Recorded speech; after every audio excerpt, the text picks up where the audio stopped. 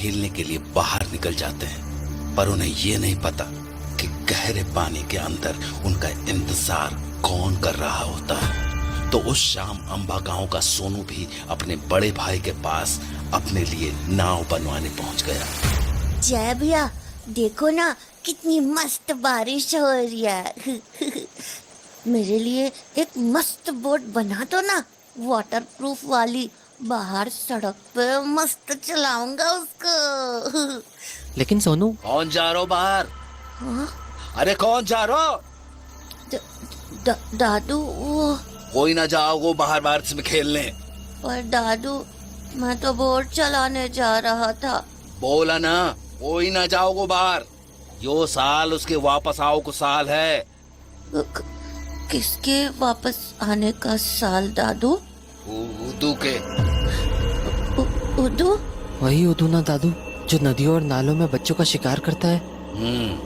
यो अंबा गांव अब बच्चों के खातिर सुरक्षित ना है, और बारिश के मौसम में तो खास करके ना है। यही से बाहर जाने की कोई जरूरत ना है, घर पे रह, समझ गया? और जय, तारू इम्तिहान है ना कल, तो तू भी पढ़ाई कर। इतना कहकर दादू अपने बिस्तर पर लेट गए और जय और सोनू आपस में धीरे धीरे बातें करने लगे। जय भैया, ये उदू वाली कहानी सच है क्या? हाँ सोनू, हर 12 साल में उदू अंबा गांव लौटता है और छोटे बच्चों का शिकार करता है। मेरा इतना मन था नाव चलाने का, पर अब कैसे चलाऊं? दादू ने तो बाहर जाने से मना कर दिया। जय भैया, चलो ना खेलते हैं। मेरे एग्जाम से सोनू, मैं नहीं खेल सकता। तो फिर मेरे लिए नाव बना दो, मैं उसी से खेल लूंगा। अरे पागल है क्या? दादू ने बोला ना बाहर खेलने नहीं जाना है। अरे मैं बाहर नहीं खेलूंगा, बस नाव चला के आ जाऊंगा, सच्ची।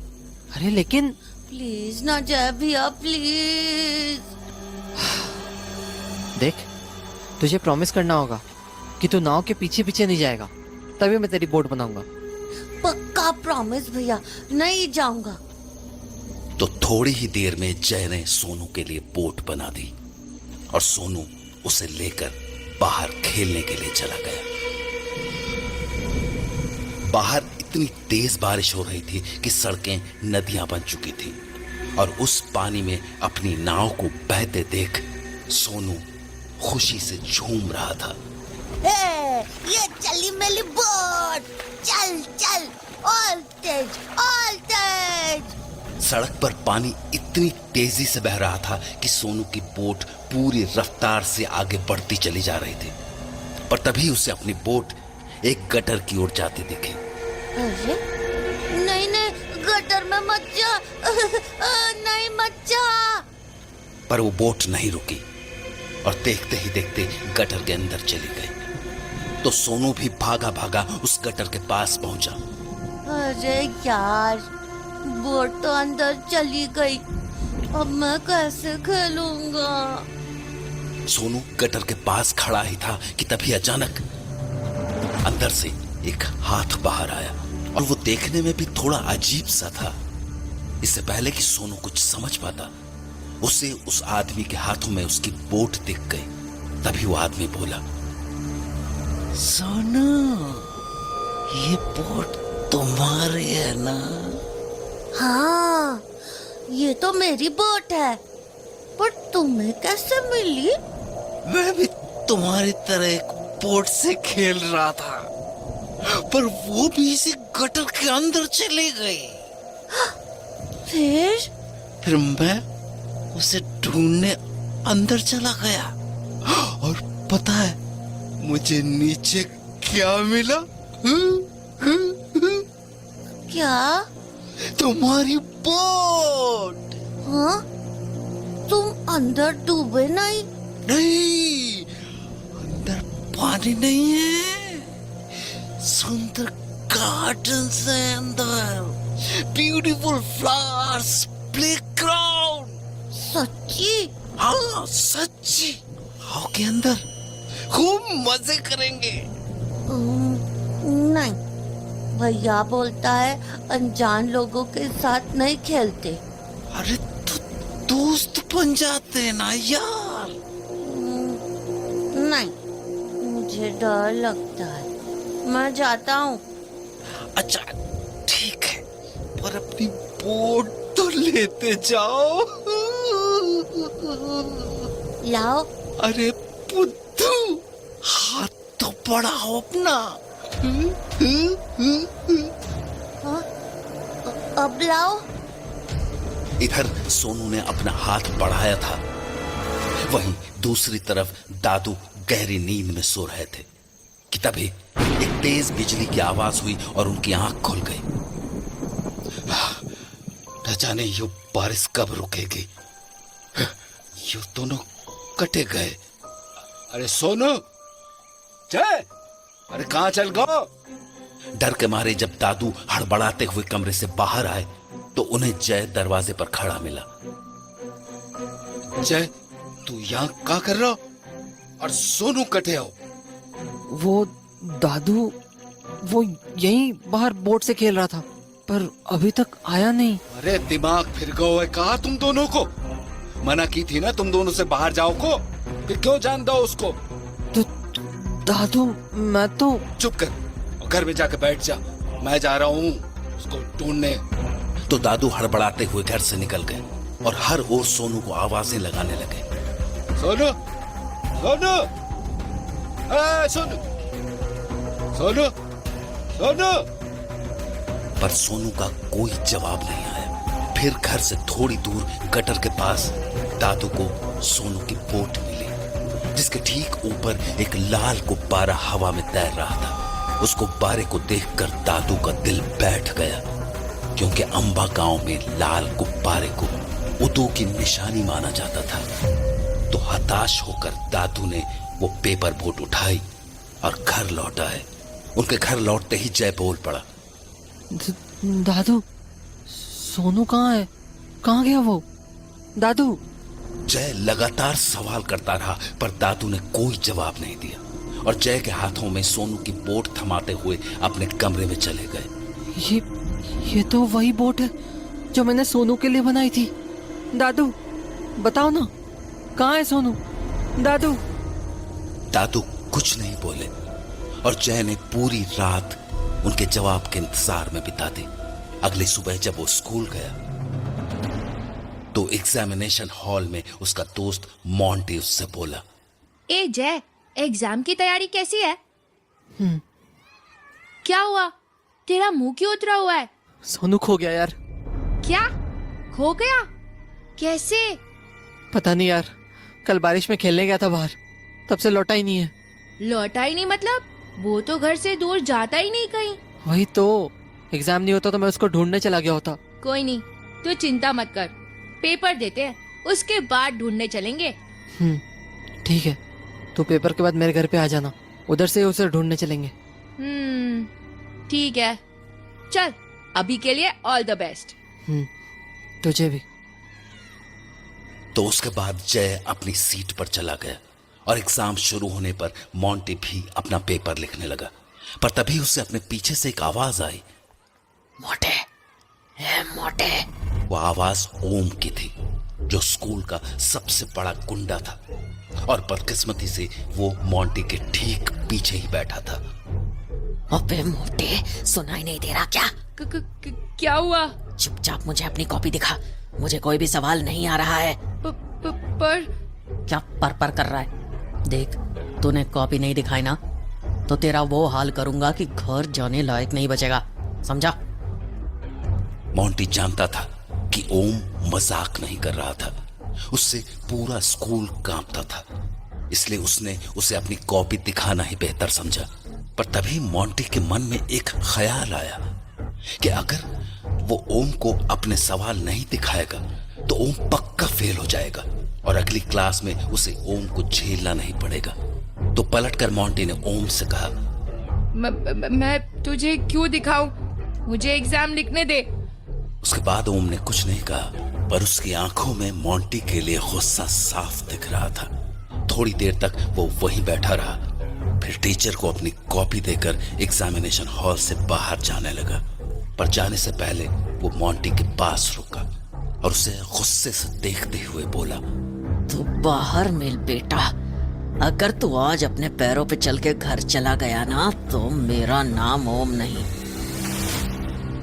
ओम की धमकी सुनकर मोंटी बहुत डर गया, क्योंकि वो जानता था कि आज स्कूल के बाद ओम उसे नहीं छोड़ने वाला था।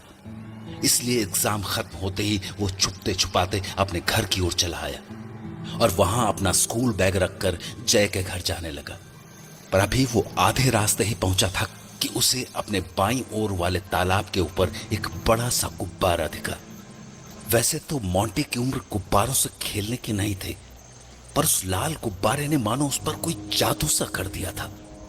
मोंटी उस गुब्बारे को पकड़ने के लिए पानी में जाने की सोच ही रहा था कि तभी उसकी नजर तालाब में तैर रही एक कमीज पर पड़ी। मोंटी उस कमीज को देखकर तुरंत समझ गया कि वो कमीज सोनू की ही थी, क्योंकि उसने आखिरी बार सोनू को उसी कमीज में देखा था। उस कमीज को देखने के बाद मोंटी के दिमाग से उस गुब्बारे का ख्याल निकल चुका था। अब वो बस सोनू की उस शर्ट को तालाब से निकाल लेना चाहता था, पर अभी वो तालाब में उतरने की सोच ही रहा था कि उसे अपने पीछे से एक आवाज आई। ओए मोटे, पानी में सुसाइड करने जा रहा है क्या? ओम की आवाज सुनकर मोंटी की रूह कांप गई। गुब्बारे और जय की मदद करने के बीच वो ये भूल ही गया था कि ओम ने उसे सबक सिखाने की धमकी दी थी। ओम, तुम क्यों आए हो यहाँ? साले मोटे, अब तू मुझे बताएगा कि मैं कहाँ हूँ और कहाँ नहीं। मैं यहाँ तुझसे हिसाब चुकता करने आया हूँ, समझा ना? क्यों? कौन सा हिसाब? अच्छा, साले हाथी के बच्चे, इतनी जल्दी भूल गया? याद है ना क्या कहा था तूने मुझे एग्जाम में? ओम भैया, वो गलती से। ओहो, ओम भैया, तू तो मिमियाने लगा बे। अब चुपचाप यहाँ चल। मोंटी जानता था कि वो यहाँ से कहीं नहीं भाग सकता। उसे अब ओम की बात माननी ही थी, तो वो डरता हुआ ओम के पास चला गया। ओम भैया, देखो, मुझे जाने दो। अबे चुप, ज्यादा चबड़ चबड़ मत कर, वरना इसी तालाब में धक्का दे दूंगा, किसी को पता भी नहीं चलेगा। ओम भैया प्लीज, मम्मी ने जल्दी बुलाया घर पे, प्लीज जाने दो। मम्मी ने जल्दी आने को बोला है? और यहाँ जो तेरा बाप तेरे को रुकने को बोल रहा है, उसका क्या? मुझसे गलती हो गई, अगली बार से जो बोलोगे वही करूँगा, जाने दो प्लीज। मोंटी गिड़गिड़ा ही रहा था कि ओम ने अपने कमीज के अंदर से एक चाकू निकाल लिया। देख इस चाकू को, हाँ? ये है तेरा बाप, इसको बोल प्लीज, बोल हरामी। ये चाकू क्यों? इससे क्या करोगे ओम भैया? अभी बताता हूँ इससे क्या करूँगा, पहले शर्ट उतार अपनी। नहीं प्लीज। खुश हो जा कि पैंट नहीं उतरवा रहा मोटे, शर्ट उतरवा रहा हूँ, क्योंकि मुझे तेरी गोल मटोल तोंद देखनी है। चल उतार, नहीं तो पेट फाड़ दूंगा तेरा। उतार रहा हूँ। लाचार मोंटी क्या करता? उसने न चाहते हुए भी अपनी शर्ट उतार दी और घबराई आंखों से ओम की ओर देखने लगा। ओम भैया प्लीज जाने दो ना। ऐसे कैसे जाने दे दूं मोटे? अभी तो मुझे तेरे पेट पे चाकू से गोला बनाना है, बिल्कुल ओ जैसा, ओम का ओ, जिससे तू जिंदगी भर याद रखे कि ओम से हरामी पना नहीं करना चाहिए। ओम अपना चाकू लेकर मोंटी के पास पहुंचा ही था कि मोंटी ने उसे जोर से धक्का दिया और वहां से भाग निकला।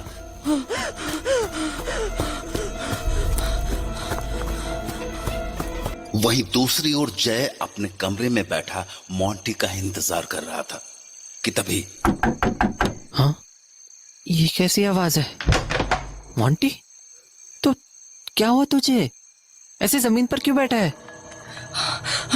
जय, अरे तेरी सांस क्यों फूल रही है?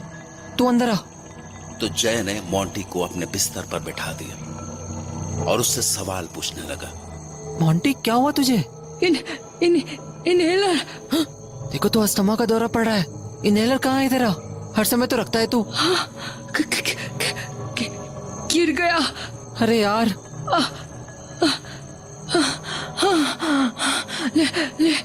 ले क्या कहीं से भी, नहीं तो मैं मर जाऊंगा। ऐसा मत बोल यार, मैं मेडिकल स्टोर से लाता हूँ, रुक।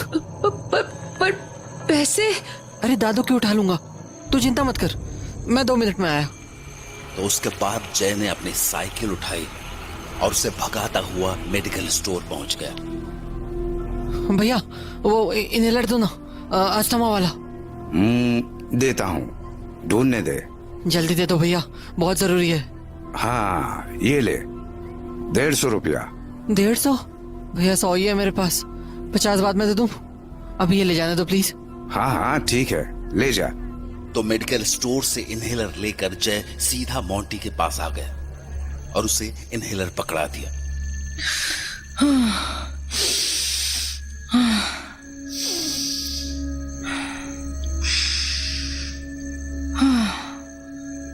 थैंक्स यार, तूने मेरी जान बचा ली।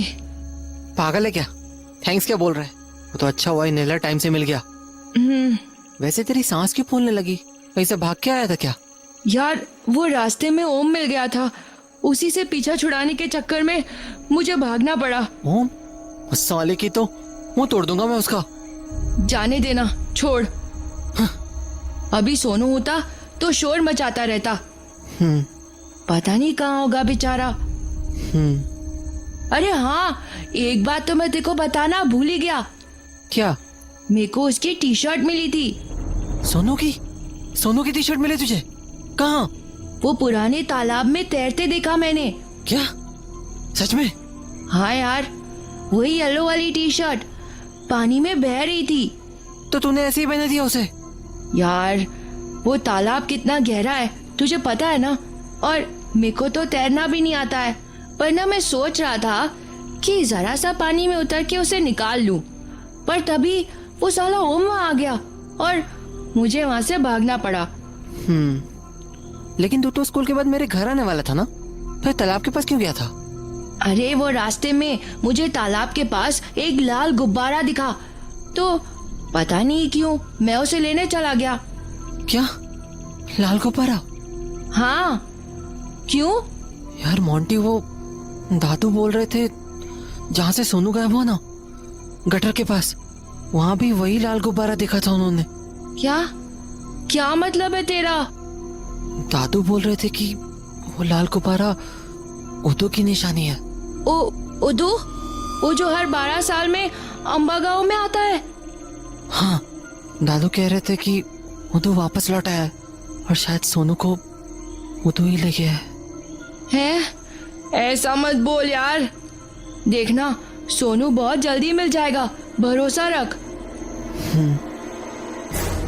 उसके बाद कुछ ही देर में मोंटी अपने घर चला गया, पर अब तक तालाब में सोनू की कमीज मिलने की खबर पूरे अम्बा गांव में फैल चुकी थी। इसलिए अगले ही दिन पुलिस अपने डाइवर्स के साथ वहां पहुंच गई, पर बहुत देर ढूंढने के बाद भी सोनू का कहीं कुछ पता नहीं चल पा रहा था, जिसकी वजह से वहां खड़ा जय और भी परेशान हो रहा था। सबके सब पागल हैं, ठीक से देख ही नहीं रहे। अरे झाड़ियों के पास क्यों नहीं देख रहे ये लोग? यार कोशिश तो कर ही रहे हैं सब लोग। मोंटी क्या कोशिश कर रहे हैं? सोनू तो छोड़, उसकी वो कमीज तक नहीं ढूंढ पाए ये लोग, और ना ही वो लाल गुब्बारा जो तूने देखा था। हाँ यार, कल तो मैंने दोनों यहीं देखे थे, आज पता नहीं कहाँ गायब हो गए। खैर, मैं जाके पुलिस अंकल को बोलता हूँ झाड़ियों में देखने को, क्या पता कुछ मिल जाए। मोंटी के बोलने के बाद पुलिस ने बहुत देर तक सोनू की तलाश की, पर उन्हें झाड़ियों के पास भी कुछ नहीं मिला, कोई भी नहीं। अब तक जय भी उम्मीद हार चुका था। शायद उसने भी मान लिया था कि सोनू को उदू ही ले गया था, पर उदू था कौन और कहां से आया था और सोनू को कहां ले गया था, इसका जवाब देने वाला कोई नहीं था। तो दुखी मन से जय घर लौट आया, पर उस रात जब जय पढ़ाई कर रहा था तो उसे अचानक सोनू की याद आने लगी। जय भैया, दादू के लिए मैंने मस्त नाम सोचा है, खलूस। खलूस? अले खलूस नहीं, खलूस। क्या मस्त नाम है, खलूस। सोनू की हंसी याद करते करते जय की भी हंसी छूट गई। हंसते हंसते उसे लगा कि उसके साथ कोई और भी हंस रहा है, जबकि वहां तो सिर्फ वो ही था। कौन कौन है ये?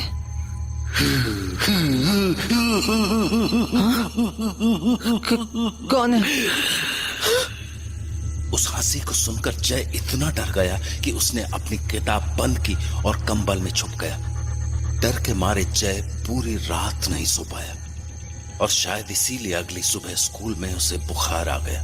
बुखार के कारण वो ठीक से अपना एग्जाम पेपर भी नहीं लिख पाया। उसके पीछे बैठी परी ये सब देख रही थी।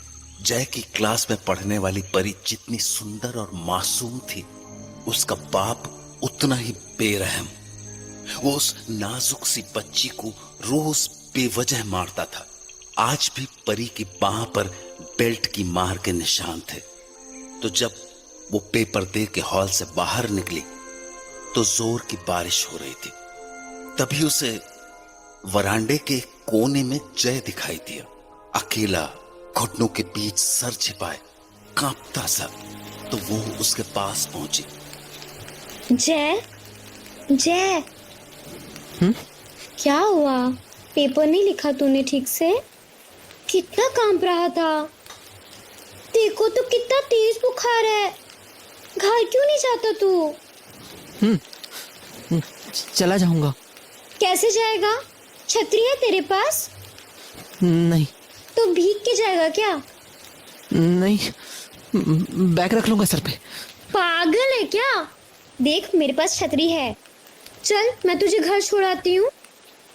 नहीं नहीं, मैं चला जाऊंगा। बोला ना चल मेरे साथ, अब बहस मत कर। तो परी की बात मानकर जय उसके साथ स्कूल से निकल पड़ा। परी से आती महक ने जाने कैसा जादू सा कर दिया था जय पर कि वो दोनों स्कूल से कब घर पहुंच गए जय को पता ही नहीं चला। चल अब चुपचाप लेट जा और खबरदार जो बाहर निकला आराम से चादर ओढ़ के पड़ा रह, समझा? और सुन, तुझे बुखार है ना, तेरे को बहुत कम टाइम मिलेगा अगली पेपर की तैयारी के लिए। ये मेरी कॉपी ले, इसमें बहुत मस्त लिखा है मैंने। सारा रट्टा मार लेना, समझा? और तू क्या करेगी? अरे हमेशा के लिए थोड़ी ना दे रही, कल आके ले जाऊंगी वापस। नहीं यार, तू रखना इसको, मैं देख लूंगा। अच्छा ठीक, जब फेल होगा ना तुम मेरे को मत बोलना। चिढ़ा रही मेरे को? नहीं, डरा रही। सुन, ये सब कहाँ से सीखी तू? क्या कहाँ से सीखी? यही सबका ख्याल रखना। जैसे तुम्हें को छतरी में लाई, अपनी नोटबुक दी मुझे पढ़ने को, तेरा सब ऐसे ही ख्याल रखते होंगे ना घर पे? हाँ, खूब प्यार करते होंगे ना तुझे सब? हाँ? अरे क्या हुआ परी? अरे बोल तो, क्या हुआ परी? मैं जा रही। अरे पर बता तो सही, हुआ क्या? देख, अगर तू नहीं बताएगी ना तो मैं कॉपी नहीं दूंगा तेरी। चलो बता। देख, गुस्सा नहीं दिला मेरे को। गुस्सा नहीं दिला रहा, प्यार से पूछ रहा हूँ, बता ना। क्यों पूछ रहा प्यार से? कोई नहीं करता मेरे को प्यार, पापा मारते हैं। ये देख, ये देख, रोज ऐसे निशान रहते हैं मेरे हाथ पे, और मेरी मम्मी होके भी नहीं रोकती हूँ उनको। इसके आगे परी कुछ नहीं बोल पाई और रोती हुई जय के घर से निकल गई। जय उसे एकटक जाता हुआ देखता रहा, क्योंकि उसे कभी अंदाजा भी नहीं था कि परी अपने अंदर इतना कुछ समेटे बैठी हुई थी। अभी परी जय के घर से निकली ही थी कि थोड़ी ही दूर जाने पर कुछ ऐसा हुआ जिसके कारण परी झाड़ियों में छिपकर बैठ गई। तभी मोंटी ने उसे देख लिया और उसके पास चला आया। ए परी, क्या हुआ तुझे? हो, कितना खून बह रहा है तेरे हाथ से। चल अंदर चल, हाथ धुलाता हूँ तेरा। आजा आजा। वो परी को अपने घर में ले आया। उसने उसका हाथ धुलवाया और दवा लगा के अच्छे से उसकी पट्टी कर दी, पर परी के मुंह से अभी तक एक शब्द भी नहीं निकला। वो बस पूरी तरह कांप रही थी। ए, क्या हुआ? तू कांप क्यों रही है ऐसे? अरे बोलना यार, हुआ क्या तेको? सुन, चल मैं तेको घर छोड़ के आता हूँ। ना, मैं नहीं जा रही वहाँ। है? क्या हुआ? क्यों नहीं जाएगी अपने घर? वो रास्ते में कुछ है। क्या है वहाँ? पता नहीं, पर घर के पास वाले नाले में कुछ है। क्या बोल रही है? ठीक से बताना क्या हुआ है। मैं घर जा रही थी, तभी पास के नाले से मुझे किसी बिल्ली की आवाज आई, तो मैं नाले के पास उसको देखने चले गई, पर अंदर बहुत अंधेरा था। मुझे कुछ भी ठीक से नहीं दिख रहा था, तो मैंने पास में पड़ी एक लकड़ी उठाई और नाले में घुसेड़ने लगी, पर तभी मुझे ऐसा लगा जैसे उस लकड़ी को कोई अंदर से खींच रहा हो, वो भी बहुत जोर से। बहुत ताकत थी उसमें, बहुत ज्यादा। उसने लकड़ी को इतनी जोर से खींचा कि लकड़ी मेरे हाथ को छीलती हुई नाले के अंदर चले गई और मेरे हाथ से खून निकलने लगा। पर नाले में आखिर था क्या? यही तो मैं सोच रही थी कि तभी नाले के अंदर से कोई बोला, मैं आ गया हूँ मेरी बच्ची, तेरे बहुत पास आ गया हूँ, अब तू नहीं बचेगी ना। कितनी भी कोशिश कर ले, नहीं बचेगी, नहीं बचेगी तू।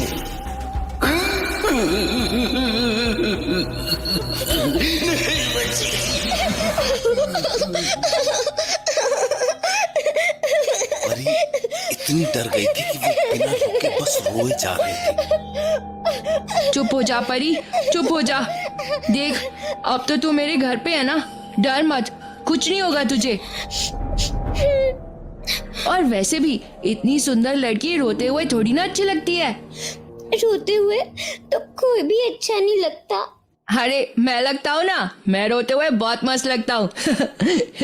सच्ची, तूने देखा नहीं है कभी? जब बच्चे चिढ़ाते हैं मेरे को, बहुत मस्त रोता हूँ मैं। अच्छा मोंटी, सब तेको मोटा मोटा चिढ़ाते हैं, तेको बुरा नहीं लगता? लगता है ना, तभी तो रोता हूँ। पर तू चिढ़ा लिया करना मेरे को। तेरे जैसी सुंदर लड़की चिढ़ाएगी तो बुरा भी नहीं लगेगा। देख, हंसा दिया ना तुझे। हंसा दिया ना। पता है मोंटी, जैसा सब बोलते हैं ना तेरे लिए, तू वैसा नहीं है, तू अच्छा है। मजाक कर रही है ना तू? मैं फालतू मजाक नहीं करती पागल, तू सच्ची अच्छा है, बहुत अच्छा। परी के मुंह से ये बात सुन के मोंटी बहुत खुश हो गया। उसने थोड़ी देर तक परी से बातें की और फिर उसे घर छोड़ आया। पर अगले दिन मोंटी पूरे दिन लाइब्रेरी में बैठा रहा, क्योंकि उसे परी के लिए एक चिट्ठी लिखनी थी। परी, तुम बहुत सुंदर हो और बहुत अच्छी भी और स्ट्रॉन्ग भी। मोंटी अपनी चिट्ठी लिखने में इतना मगन हो गया था कि उसे अंदाजा भी नहीं हुआ कि कब शाम के 4 बज गए। तभी लाइब्रेरियन मैम ने मोंटी को आवाज लगाई। मोंटी, चलो बेटा अब कल आना, लाइब्रेरी के बंद होने का टाइम हो गया है। हाँ, अभी? पर मैम, अभी तो 4 ही बजे है, लाइब्रेरी तो 6 बजे बंद होती है ना। तुमने नोटिस नहीं पढ़ा? नोटिस? हाँ, वो देखो, पुलिस ने नोटिस भेजा है कि 5 बजे के बाद अंबा गांव का कोई बच्चा घर से बाहर नहीं निकलेगा। हाँ, पर क्यों मिस? इधर आओ, बैठो मेरे पास, बताती हूँ। तो मोंटी लाइब्रेरियन मैम के पास जाकर बैठ गया। तब अंबा गांव की हालत बहुत सीरियस है। पिछले दिनों जय के भाई सोनू के अलावा और भी 4 बच्चे गायब हुए हैं अंबा गांव से। हाँ, क्या 4 और बच्चे? नालों में मिले। नालों में क्यों? क्योंकि वो नालों से ही गायब हुए थे मोंटी। ये काम उदू का है। उदू? हाँ, 12 साल बाद उदू फिर से जाग गया है। उनके बच्चों का शिकार कर रहा है। बच्चों को ढूंढते हुए वो उनके पास नालियों के रास्ते ही पहुंचता है। लाइब्रेरियन मैम के मुंह से नाली के रास्ते वाली बात सुनकर मोंटी के होश उड़ गए। उसे ध्यान आया कि परी को भी वो आवाज नाली से ही आई थी। मोंटी समझ चुका था कि हो न हो उस नाली में उदू ही था। पर यह सब सोचते हुए जब वो अपनी सीट पर वापस पहुंचा तो उसकी वो चिट्ठी वहां से गायब हो चुकी थी। कहाँ गई वो चिट्ठी? कहाँ गई? हड़बड़ाता हुआ मोंटी चिट्ठी को इधर उधर ढूंढ ही रहा था कि तभी लाइब्रेरियन मैम ने दोबारा आवाज लगाई। मोंटी बेटा, जल्दी से सामान समेटो और घर जाओ।